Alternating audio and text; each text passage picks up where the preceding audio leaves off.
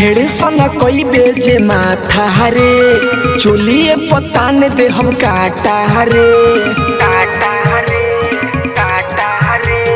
ढेर सना कोई बेजे माथा रे चोलिए पतान दे हम काटा रे जबले नचबे तबले बचबे हिलाओ कमरे लगातार गोपालगंज में पहिला धीरे नचाए तनिए सरकार गोपालगंज में पहिला धीरे नचाए तनिए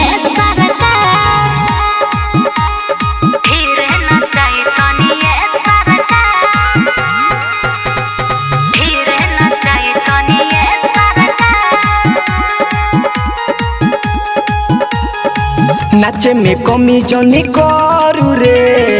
लेपन सौआ होई धरू रे लेपन सौआ होई धरू रे अरे यार छपा रहा बक्सर से बच के है आईनी हो एज बुक को के रहा उरसट गलती कोई नहीं हो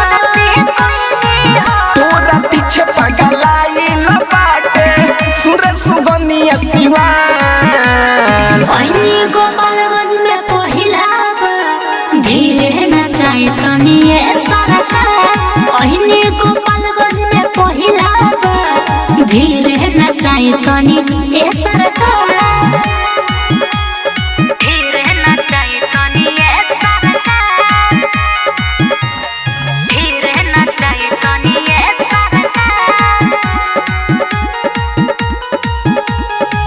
अपन जवानी के गगरी से